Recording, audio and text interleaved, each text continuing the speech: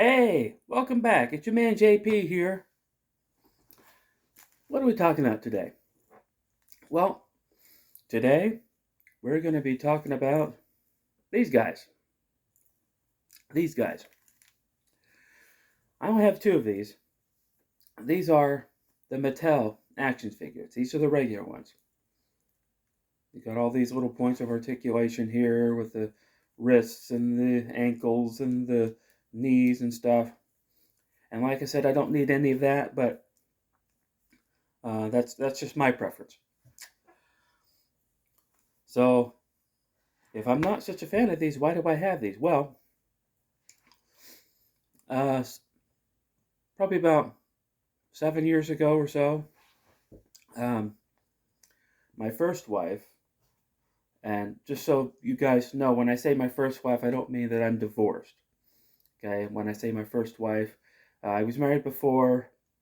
She tragically passed away, and now I'm married again.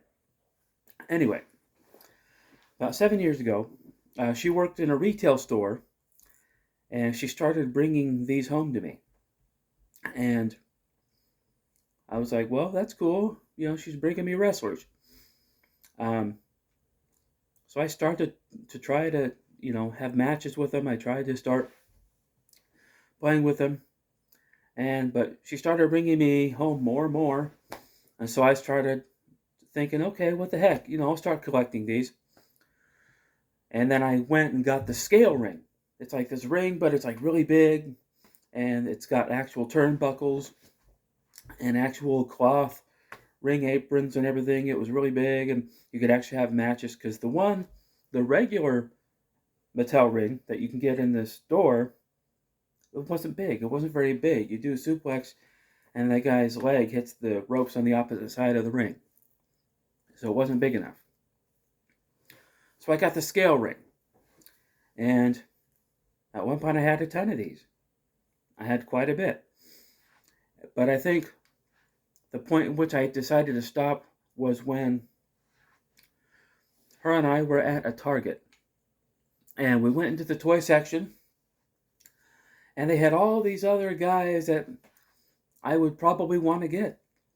And I wanted mostly like the legendary guys. They released these action figures of like the old guys from days past. And I went to the aisle, and they had like Earthquake, and they had Typhoon, and they had all these legendary guys. And then I looked over, and I saw a 4-pack. And it was the Four Horsemen, including Ric Flair, Arn Anderson, Tully Blanchard.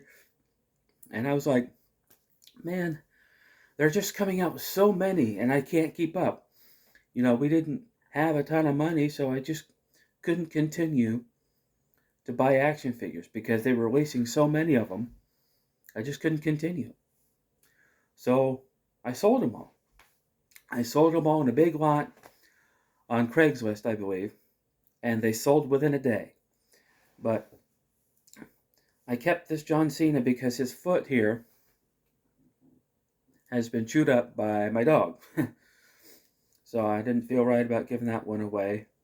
But that's John Cena. Now, for John Cena, for a long time, I was not a fan of this guy. I just didn't like his gimmick. I didn't like the whole "you can't see me" thing. I didn't understand it. I didn't understand the word life thing. But then after a while, he kind of toned down his character a little bit. He dialed it back. And then I started to see him in a kind of a different light because I see how he reacts with fans and how he reacts with kids, primarily like Make-A-Wish Foundation kids. And he just makes these kids' day. He shows up, their faces light up, and he's so good with them. And so, after a while, I jumped aboard the Cena train. Yes, I did. And even though he had the spinner belts, he took the United States Championship, turned it into like a big spinner. Then he took the WWE Championship belt and put a big spinner in the middle. And that was just their belt for a while. Even after other guys had won that belt, that was still the belt for a while. And it's because of this guy. And I didn't like the looks of it. I thought it was dumb. But it fit for him because that was kind of his character. He's like a rapper and kind of like a street thug. So for him, those belts worked for his character. But they didn't work for the other guys that won it.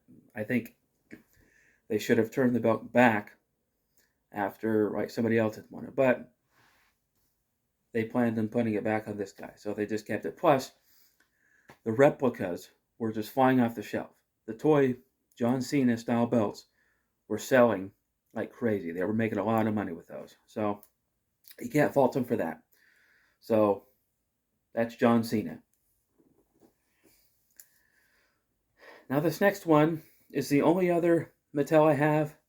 And unfortunately, it's the only Hulk Hogan figure that I have. I kept this one from my other Mattels because it's Hulk Hogan and I liked it. But with that collection, there was also another Hogan. It was just the standard yellow trunks, red knee pads Hogan. But this is the Hogan from the later years. When he came back to the WWE after semi-retirement. And he's got that cool Hulk Rule shirt on the back. It has some stuff on it. But yeah, unfortunately, that's my only Hulk Hogan action figure for right now. I plan to get more, but for now, that's it. So that's actually it for my Mattels. But there's 3 others from another series that I'm going to show you right now. Jakks Pacific. This is Hunter Hearst Helmsley. Anybody that knows wrestling knows that this guy later went on to be Triple H.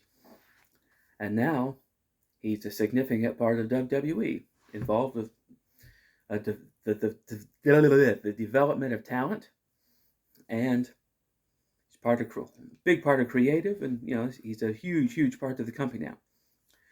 But these Jakks Pacific, I have some very special memories with these because even though they move, but me and Joe had so much fun playing with these because at this point, when these came out, him and I both had jobs. And since I was living with my parents, they weren't charging me rent, and I was working full time. So I had a lot of money just to burn. So him and I would go out and just buy wrestlers. We would buy these wrestlers, and we had the monster ring that you could buy with these. And we actually had storylines going. We had all kinds of stuff going on with these. We had a lot of fun. And I can remember on one occasion, I was at his house, and we were playing with these, and he said, "Close your eyes." And I'm like, "Why?" He just said, "Close your eyes." So I closed my eyes, and then he presented me with the Disciples of Apocalypse tag team. Brand new in the package. He had gone out and bought it, and he bought me one. And I'm like, "Oh, what a surprise." That was very cool. He bought me the Truth Commission, or actually he did buy me the Truth Commission.